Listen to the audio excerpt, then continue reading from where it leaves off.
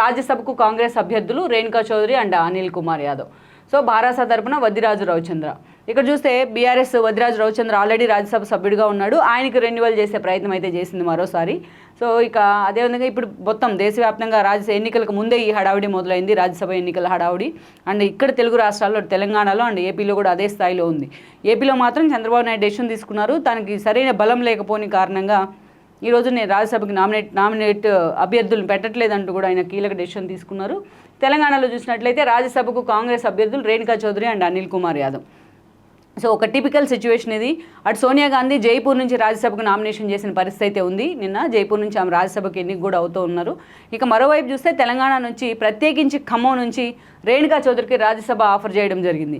ఇప్పటికి 2 సార్లు ఆమె టీడీపీ నుంచి రాజ్యసభ సభ్యురాలు అయి ఉన్నారు. అండ్ దెన్ అదేవిధంగా కాంగ్రెస్ నుంచి ఇప్పటితో 2వ సారి, అంటే మొత్తం 4 సార్లు ఆమె రాజ్యసభకు నామినేట్ అయి ఉన్నారు. అదేవిధంగా ఎంపీగా ప్రత్యక్ష ఎన్నికల్లో గెలిచిన సందర్భం ఉంది. కేంద్ర మంత్రిగా సుదీర్ఘకాలం పనిచేసిన అనుభవం ఉంది.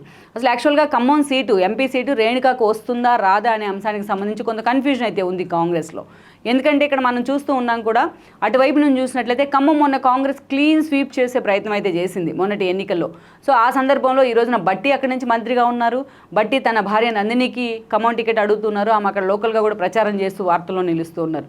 మరోవైపు తుమ్మల నాగేశ్వరరావు కూడా మంత్రి అయి ఉన్నారు సామాజిక వర్గ సమీకరణాల్లో.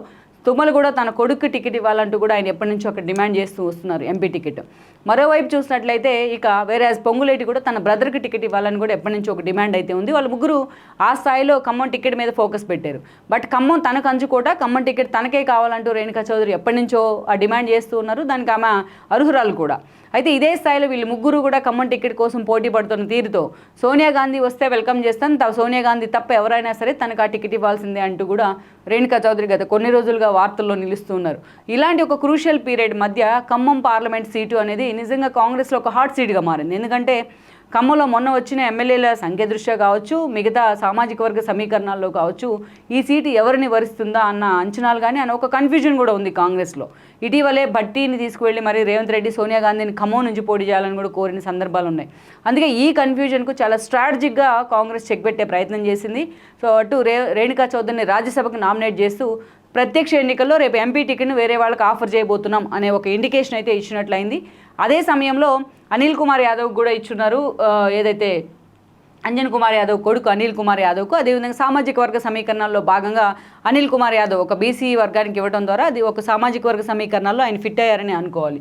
ఇక బారాసా నుంచి అంటే ఏదైతే కేసీఆర్ మాత్రం వద్దిరాజు రామచంద్రకే మరోసారి రెన్యువల్ చేసే ప్రయత్నం చేశారు. ఓవరాల్గా చూస్తే అటు ప్రత్యక్ష ఎన్నికల ద్వారా కావచ్చు, పరోక్ష ఎన్నికలు అంటే రాజ్యసభ ద్వారా కావచ్చు, రేణుకా చౌదరి ఇప్పటికీ 6 సార్లు పార్లమెంట్ని రిప్రజెంట్ చేశారు. అదే అంశాన్ని ఈరోజు ఈనాడు హైలైట్ చేసింది.